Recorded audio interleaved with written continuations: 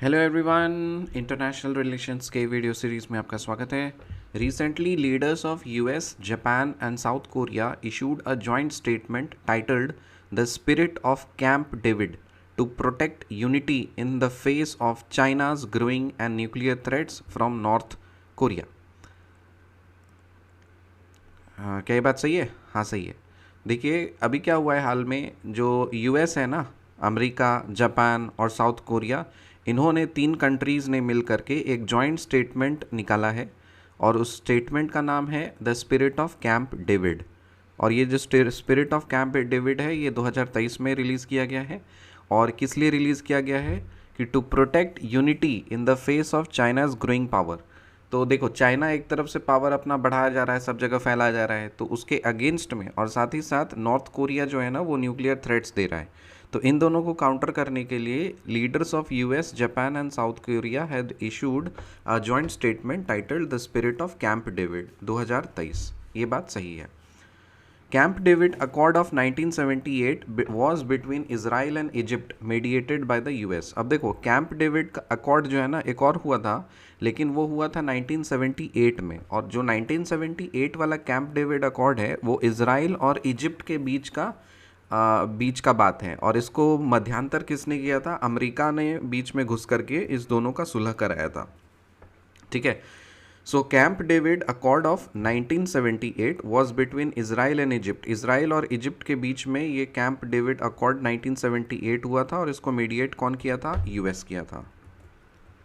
On 70th anniversary in 2023 of US south Korea bilateral relations and both signed Washington declaration. देखो, 2023 में 70वां anniversary हुआ किसका? US और south Korea का। देखो, नॉर्थ कोरिया तो वो एक अलग ही दुनिया है।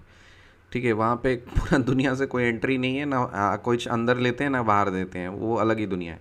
साउथ कोरिया फिर भी थोड़ा ठीक ठाक है। तो यूएस और साउथ कोरिया मिल करके एक बायलैटरल रिलेशन बनाए थे और साइन किए थे। कौन सा डिक्लेरेशन? Washington declaration. तो उस वॉशिंगटन डिक्लेरेशन को 70वां एनिवर्सरी हो रहा है। 2023 में उसका 70वां एनिवर्सरी मनाया गया।